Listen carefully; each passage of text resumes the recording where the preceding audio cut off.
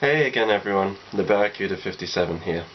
I have just come back from university. I've been gone for 3 months, but I'm back and I'm having a 2-week break before I go back to do another month and then to finish for summer.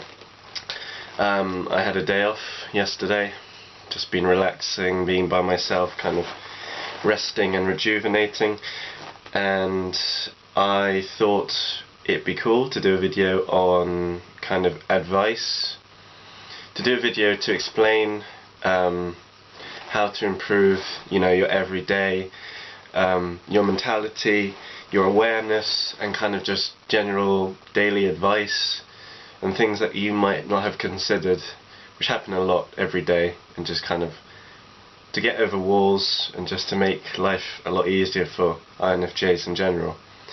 I've done 8 different sections, which I'll talk about very briefly. I'll try and not ramble, because a lot of INFJ videos in general, we just ramble. And I will strictly keep it to this, and I'm not going to really talk about myself a lot for this one. Just kind of facts, information, and kind of experiences I've had, but saying it in a way where it's more informative rather than, oh, this is what happened to me, kind of thing. Anyway, here it is.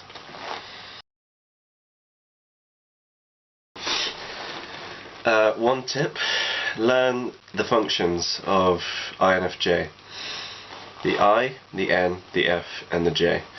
A lot of people find out that they're INFJ and they just don't learn the functions, and they think, oh, I'm an INFJ. This is the description of myself. Yep, I agree with it.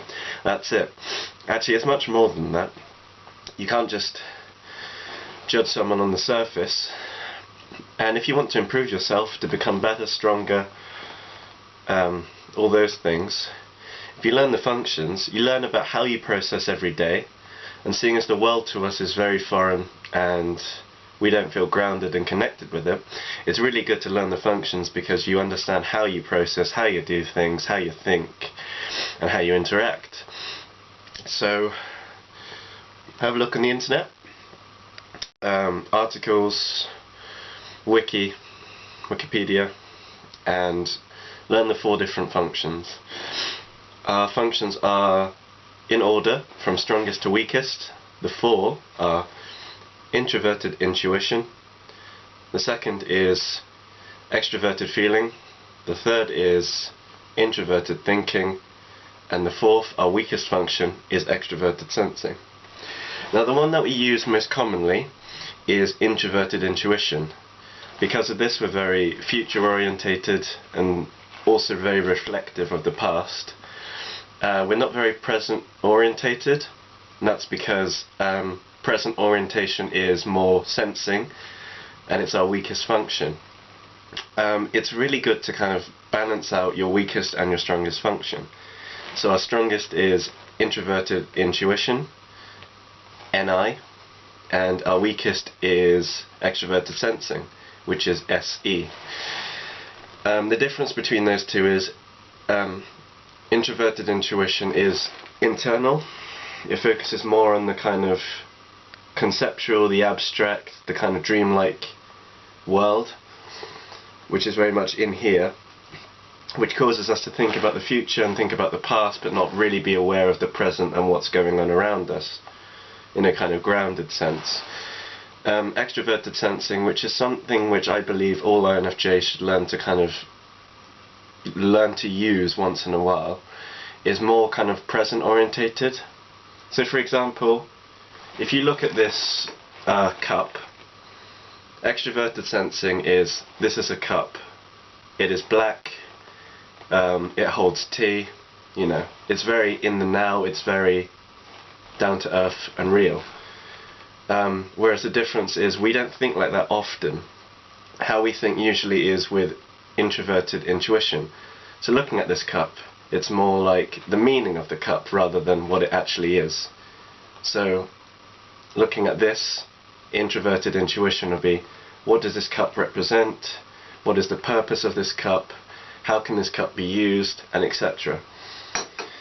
Our primary function, our most strongest, which is intuition, focuses more on the kind of conceptual side of things, and extroverted sensing, our weakest, focuses on the now and what it is actually used for and what it is in every aspect of an object. Our secondary and our tertiary. Our secondary is extroverted feeling, which is kind of, again, quite fairly foreign to us because it's more awareness of people around us. And our tertiary is introverted thinking, which also links with our I can't think of the word, introverted intuition. Because of that, because both of our thinking functions, intuition and thinking, are both internal and introverted, our brain is divided into 50-50 of the right and left, so we're both logical and mathematical and abstract and quite spacey, and because of that it overlaps a lot. The second point is kind of reducing your ego. You're kind of like, oh, I'm really special, oh, I'm a special snowflake, look at me, I'm rare mentality. And this comes a lot from the younger generation. I can't really say that because I'm 20, but I see myself separate to my generation. Anyway, it usually comes from people who are new to being an INFJ, who are fairly young, teenage kind of age. I'm not dissing you guys because I was recently a teenager, but it's more like, you see it quite a lot in the younger ages. And it's like, oh, look at me, I'm really rare, I'm really special, I make up 3% of the population. And then people do videos on it. I'm not like saying that that's a bad thing to do, but usually when people produce videos, it's, oh, I'm an INFJ, look at me, I'm really special, kind of thing. And then they don't make any more to help people with other aspects of INFJ. Again, I'm not pointing fingers, it's more kind of like, ego is a really bad thing. I mean, we all have an ego to an extent, but don't use it all the time, and don't kind of make it, don't let it take over, basically. We're kind of more spiritually orientated, kind of more mystic orientated, and very dreamlike, but to the sense that it's more conceptual than kind of spacey and floating around in imagination land kind of thing. So the things to focus on to reduce your ego is to stop thinking of I, yourself, and think more of us, we, and the people around you. Think about unity, understanding, be open to people, friendly, loving, grateful for what you have, see the good in everything, be humble, spiritualist. I'm agnostic, so I'm fairly spiritual to the extent where I'm open to the concept that there is something there, but I'm not going to say, oh, it's that God or it's that God. I'm going to be open to the fact that I believe there is a higher power somewhere, but I don't know what it is or where it is or who it is. Seek peace, sympathize and empathize with other people. A lot of people who say that they're INFJ, oh, again, it sounds like I'm pointing fingers, that's not the point of this video, but a lot of people I've come across and talked to aren't really that empathetic, and they're quite selfish. If that's the case, you're very unhealthy, and it could mean other things, but I'm not going to say what that is. But, just be open to other people, that everyone's different, everyone thinks differently to you, and, that's a good thing. We all learn from each other in the end. Be aware, be tolerant, be realistic, but don't be too dreamy, but be realistic, because obviously the things in your head can't all come to fruition, but that doesn't mean they can't. Be positive. Always think, yeah, this is a bad situation, but it could be a lot worse, kind of thing.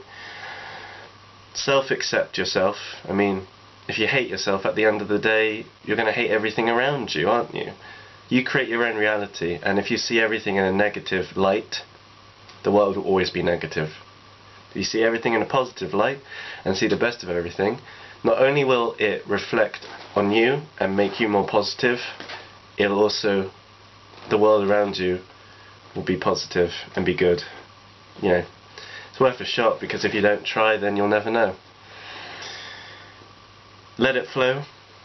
Like, just don't think too much. Be as simple as you can, because the way we think is quite complicated and really hard to express and explain to other people. So keep it simple, but have the underlying kind of concept or idea of what you're trying to bring across to people. And just let everything be. I mean, I struggle with this. I try and be really controlling, not to the extent I'm a control freak, but in the kind of way where I feel, because of intuition, I can understand what events and what people are like. To an extent I can, but we can't all the time. We're not perfect, and to be honest, you can't judge a book or an event by its cover. So I mean, you might have a kind of rough idea of what something will be like, but at the end of the day, be open to the fact that you might be completely wrong, and that's alright. I mean, you can't be right all the time, because if you think that you're right and everyone else's opinion is stupid, you're the one with the massive ego, and you're the one that's self-absorbed. I'll post up a picture of the difference between spirit and ego, and kind of just finding the balance in between, and trying to side more with the spiritual and kind of reducing the ego. So have a look at the list and reduce all the ego aspects in your life, because at the end of the day, if you're self-absorbed, it's not really going to help progress anything or anyone.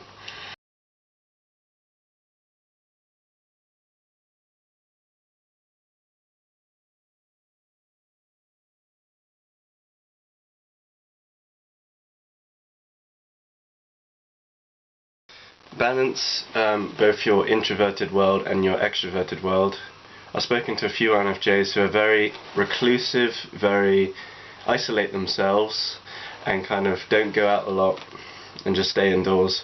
I mean, yes, that's good to do, but at the end of the day, you're just hiding, and you have some confidence. I mean, yeah, the world is big, the world might seem scary, but at the end of the day, that's your perception and your judgment on it. Again, you create your own reality. So if you think the world is a scary place, that's what it's going to be. If you think the world is a wonderful place with lots of positives and lots of opportunities, that's what it will be.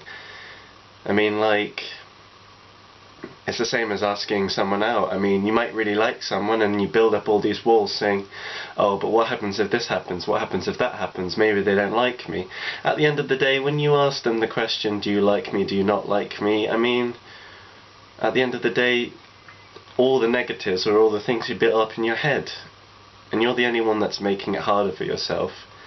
So if you see the positive in everything, then there's no need to be scared of the outside world.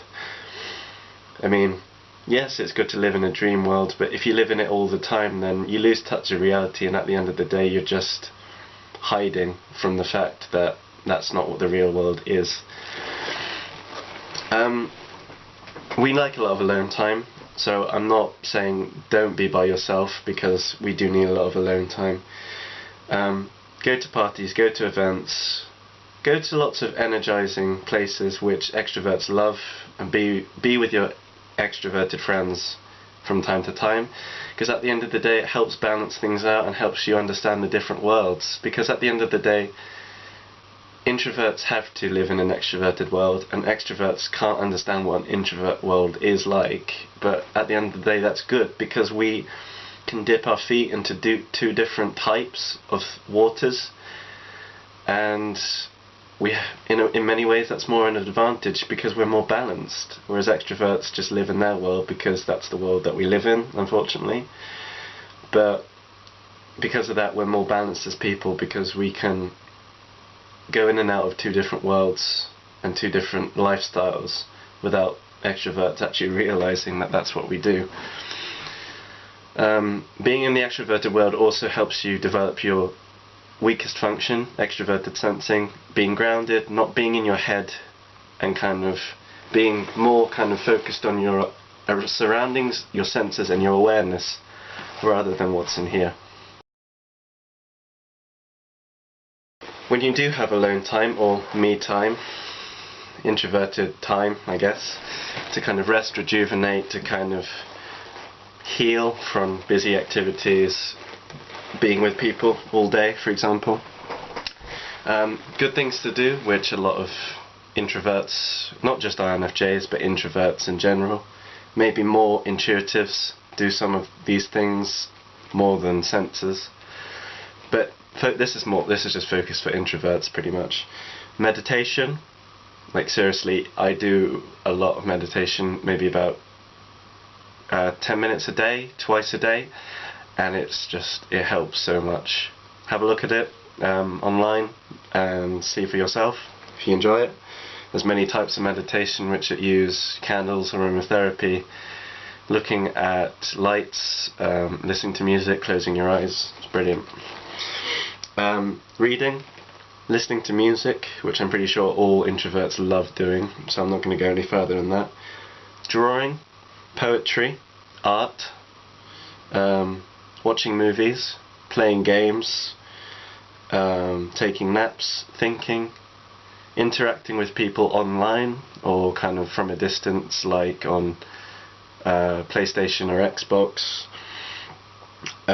Talking to yourself. Now people say that this is a sign of craziness. It's actually a sign of intelligence, because in talking to yourself you detach yourself and you become more aware because you're kind of self-analyzing and self-communicating.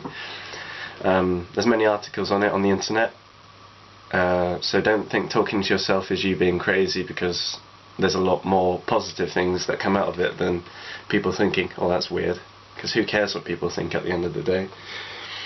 And reflection, which is something INFJs specifically do a lot, and it's considered that INFJs are the most reflective type, whereas types similar, such as the INFP, are more dreamers. Again, you can debate that being reflective and being dreamers are very similar. Anyway, I'm not going to debate about that now, but INFJs are considered to be one of, if not the most reflective type, which is probably why we're staying off into space quite a lot. One of the main important points, don't let people step on you. Being a very dominant introvert is a blessing in this world, because many introverts are seen as shy, weak, and kind of not really confident. I'm not saying that that is true, I'm just saying that that's kind of extroverted sensors see introverts in that way, because again they assume and they stereotype everything. We're not like that. At the end of the day, you create your own person, so just because someone says that you're not any of those things doesn't mean you are. You know who you are, so don't listen to what other people say.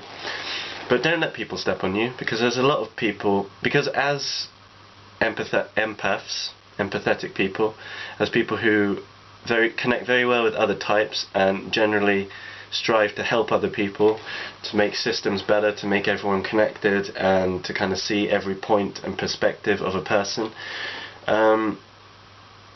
Because of that, we tend to attract unconsciously insecure people, people who are quite egocentric, ego-orientated, and quite unhealthy. As a kind of yin and yang, you attract your opposite kind of thing. Now, I'm not saying that throughout your entire life you're going to have that, but I'm going to say that in many cases you somehow end up in situations which a person might be very kind of insecure, very different, very unhealthy and very egotist. In a few cases I've attracted very dark auras, dark essences, which is just uncomfortable to be with those kind of people. I'm not going to go into further into that, but just be wary of that, and just be wary that there's a lot of people who are very narrow-minded and not open to the fact that everyone is different, everyone thinks differently, and those are the types of people who think that they're always right. They're the type of people who believe that their opinion is right, and if you have any judgment which is different to their opinion, you're the one that's wrong, not them, because obviously they're right all the time. They're perfect in every way, and everything that they make is amazing and is better than everyone else. Don't be with those types of people, because at the end of the day, just cut those people out of your lives. I mean, if they're your friends, yes, don't cut them out, but I mean, if they're like that, but they are bad people, and you'll know if they're a good person or bad people, so I mean, just go with your gut at the end of the day, and if they're acquaintances and they're putting you down and they're pretty showy, pretty ego orientated, and they think that they're better than everyone else. I mean, you don't have to be intuitive to kind of know that they're not the types of people you want to be with, basically. And finally, as empaths, as empathetic people, this can just be for NFs in general, intuitives and feelers. Empaths are commonly taken down by sociopaths, and we're just kind of natural targets for sociopaths, because sociopaths feel threatened because we're kind of like their healthy opposite. And you know, sociopaths are the negative extreme of us, just NFs in general, empaths in general. So just be wary of that, and just don't let people step on you, because at the end of the day it reflects more on them as a person rather than who you are as a person. I mean, detach yourself so you're aware of who you are as a person, but you know, at the end of the day it doesn't matter what other people think, and if people put you down, then just don't be with those people, basically. And please read the article, which is called Empathetic People are Natural Targets for Sociopaths, because it's brilliant, and it opened my eyes and explained a lot of the bullying I had when I was younger, which unfortunately I wish I read about it earlier so I was more aware of it, but you know, positives and negatives. But yeah, please read the article and just be aware of the different types of people out there. As a type, we're very aware of kind of people, energies, changes, the environment. To an extent we find this difficult because of our weakest function, extroverted sensing, but because of our intuition we can judge what the surrounding environment is like, good and bad, or kind of in need of help.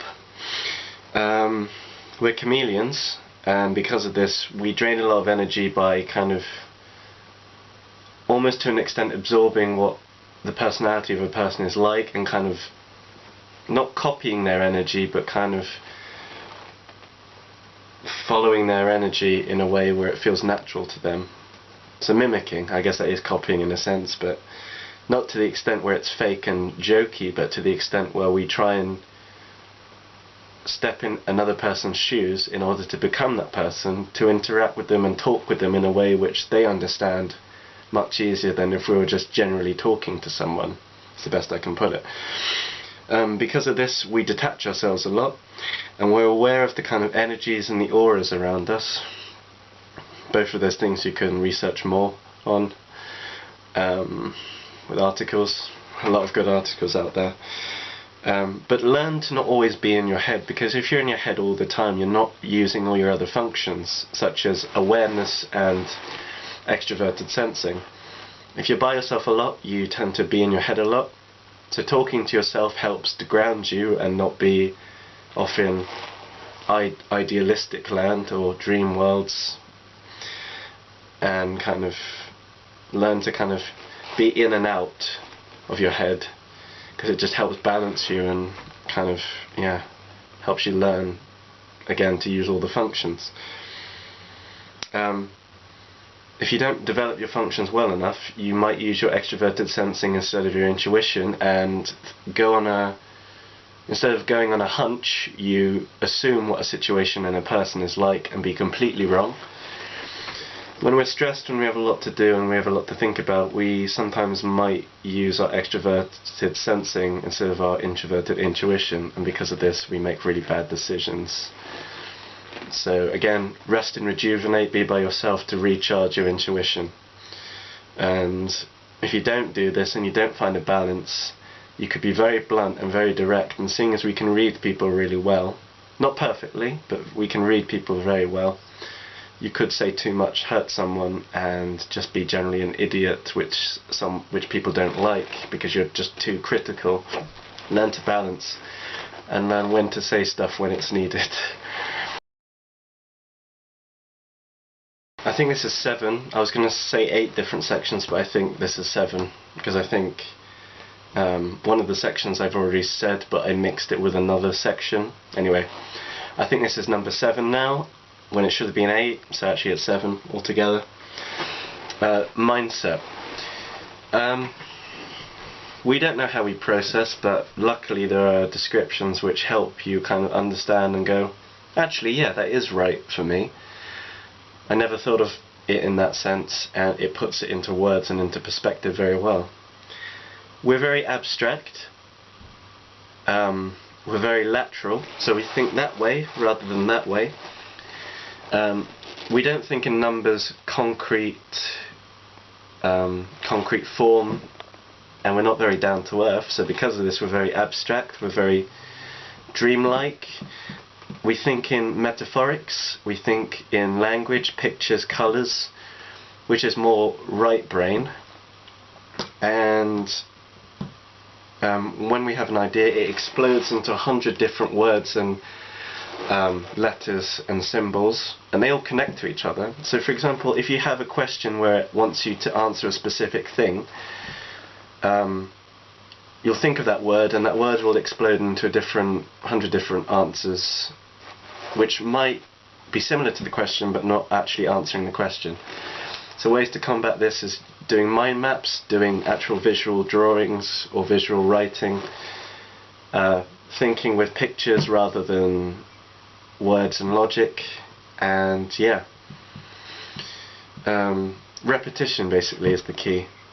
So for example, there was another video called How INFJs Think, or INFJ Thought Process, really well done, and it explains how if you're playing rugby, if you do something enough times, you understand it. Because, I'm trying to think how to phrase it. Think about it like this. For myself, again, I shouldn't be bringing myself into this. As a type in general, when we come back to something that we've done before, it's completely foreign to us. That's because we're not really aware of our surroundings and what we're doing. Again, this is because of our fourth function, our weakest function, extroverted sensing. So for example, if you're making a sandwich, you make it. It's kind of like, you don't think about what you're doing, you're just doing it and going with the flow and going, oh, well, I'll add that topping, and then I'll add the sauce now, and then maybe I'll add another topping, and then I'll put on another sauce. You don't do it systematically, and you don't do it in order, you just kind of go with the flow kind of thing. You eat your sandwich, next day, you're making another sandwich, and it's completely new to you again, and you might do things in a different order. That's again because we're not logical, we're not systematic, and because of extroverted sensing, when we come back and do something again, it's completely new to us. Now because of this, if we're learning new techniques for education or new techniques for sports, we process a lot slower than everyone else because we need to repeat and do something enough times for us to be able to understand it. So because of this, more grounded types, ES types, can do things a lot quicker and a lot faster. But the thing with us, it takes us a very long time to do a simple task or to understand a simple system. But once we've understood it, once it clicks in our brain that we know what it is and we know what we're doing, and we've grasped the concept of what we're doing, because we've put so much work and effort into actually trying to do it where it becomes mechanical and it becomes natural, we can succeed a lot more than everyone else. And I'm not saying that we're better than everyone else, but I'm saying because we've had to understand the actual physics and the actual concept of what we're doing, whether it's simple or whether it's really complicated, we might finish a lot later than everyone else, but once we understand what we're doing, we get a feel for what we're doing, and because of that we kind of have this natural kind of want of progressing and to become better at it. And then at the end of the day we work really hard and in some cases can be better than people who started a lot earlier. This can be for cooking, this could be for working things out, this can be for systems, this can be for design, this can be for sports, this could be for lots of things. Now I'm not saying that we're better than people, you know, it's all down to individual whether you're good and talented at something, but because of hard work, because of repetition, that's how we learn.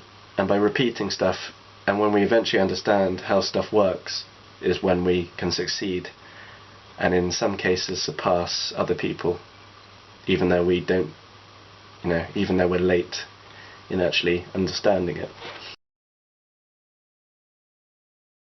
Thank you for watching, guys. In the next 2 weeks I'll be uploading a few more videos and just helping you guys out, helping people understand how we think, how we function, and just generally help, advice and experiences for better understanding, more connectivity and grounding.